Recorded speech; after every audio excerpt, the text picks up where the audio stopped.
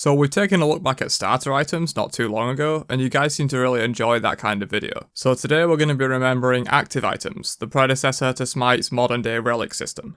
The removal of these actives happened in the launch patch of Season 3 in early 2016, so there's a good chance a lot of you watching haven't experienced Smite with actives and relics is all you know. Some actives were almost directly remade as relics, but some were cut entirely when the change happened, and you might not even know they ever existed. So let's take a look at a few of them. Alright, so the first thing you need to know about the whole active system was that it was a 3-tiered system, unlike the 2-tiered relic system that we have now. So with a relic, you get one free at level 1 and level 12, and you can spend 500 gold at any time to upgrade them once, and then you're done. With actives, however, there was no level limit, so if you wanted to, you could buy 2 actives at the start of the game. And notice I said buy, not get. For actives, each tier costs 300 gold to buy, including for the initial purchase, and obviously 3 tiers, 900 gold total. So for a real world example, let's take purification beads as a relic and as an active and compare them. As this is probably the easiest example to go with, as purification beads are almost directly remade as a relic in Season 3. So purification beads the relic costs nothing for the first tier and 500 gold for the second tier. Cleansing CC and making you immune to new ones for 2 seconds at both tiers, with the cooldown coming down from 160 seconds at tier 1 to 130 seconds after the upgrade for 500 gold. Purification beads that active costs 300 gold at the first tier, then 300 more for the additional tiers, so 600 gold for tier 2 and 900 gold total for the fully upgraded version. So the first tier is where we really see active beads being much weaker than relic beads. It costs 300 gold to buy, so it's already down on the relic version being free.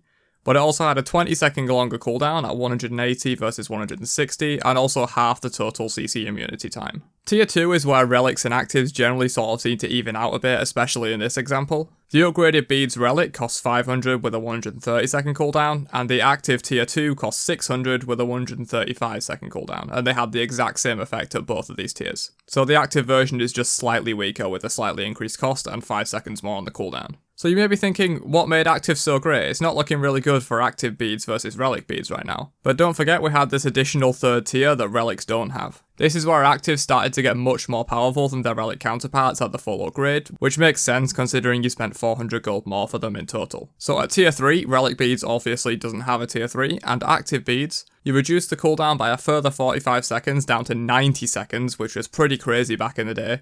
Keep in mind most ultimates are on a 90-second cooldown, so you could beads a Batzel and have it ready again when he comes to ult you again. Assuming he has no CDR of course, which isn't realistic, but you get my point. But the big thing that a lot of people seem to like about tier 3 beads, including myself, was that when you used it, it reduced all of your ability cooldowns by 3 seconds. Yeah, this was on-demand flat cooldown reduction for squishies, and personally I love this, and this comparison makes me really sad that relics ended up the way they were.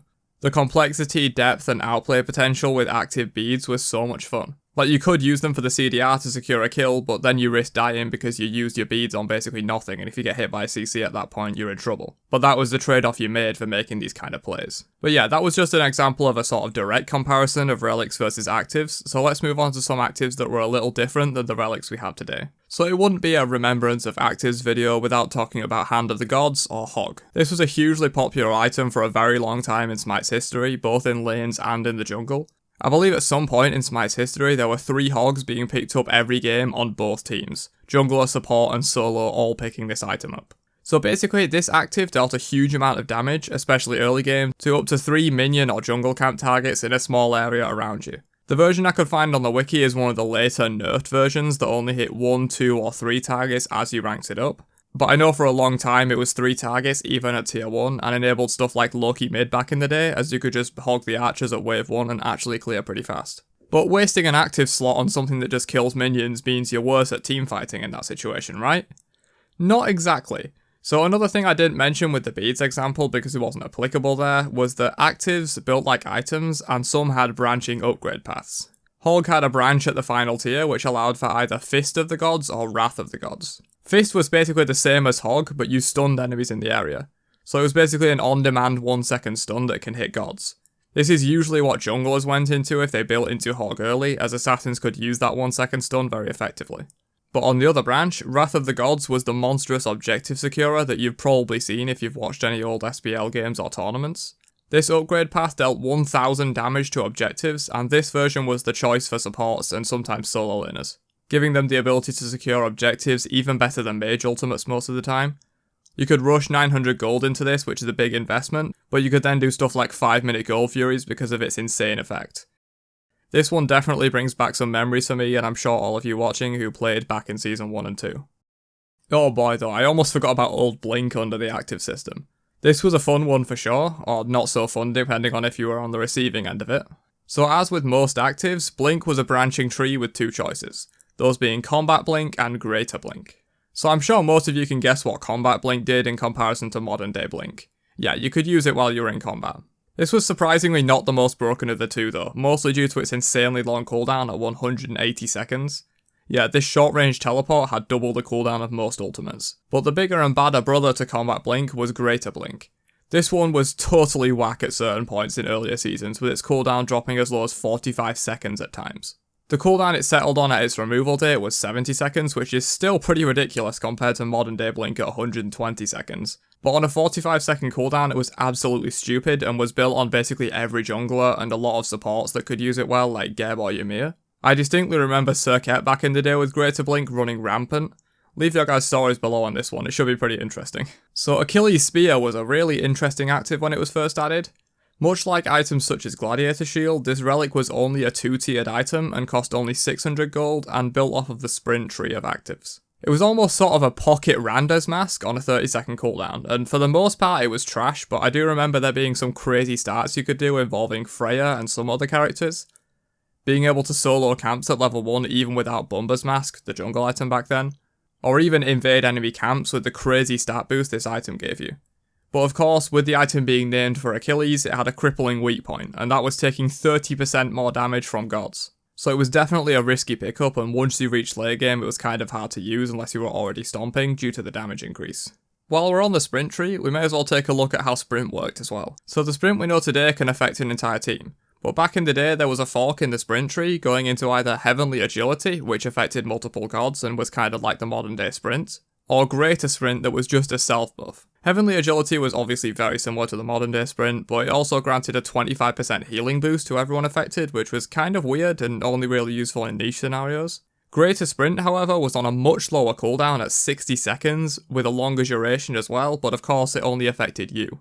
There was also a time before this version of Sprint where it had haste as well, making it ridiculous on some gods like Mercury and some other gods that abused haste very well, which was much more common back then than it is now. Tyson have really been cracking down on the haste effect as of late. Aegis was also pretty interesting and had a fork in its tree as well back in the day. So we had Aegis Pendant, which was basically very similar to what we have now but with a full 2 seconds duration. But then there was also Greater Aegis, which some of you may have seen around even if you haven't played with it yourself. This one made you CC immune as well as being normally damage immune like you would have with Aegis, but it also rooted you in place and you couldn't take any actions for the duration. So it did have extra utility against things like an Ares ultimate, but of course you were a sitting duck when you used it. There are quite a few more actives that were different from their relic counterparts, but this video is getting pretty long, so I'll finish this one off with Meditation and Salvation. If you want to have a further look into all of these actives items, then I'll link a page down below for you. So I'm including Meditation solely because of the rage this induced for Assault mains back in the day. So Meditation as we know it now is very common in Assault, but back in the day this branched at tier 3 into either Greater Meditation or Salvation. Thing was, Greater Med only affected yourself, not your teammates. Salvation was basically the multi-target version similar to what we have now.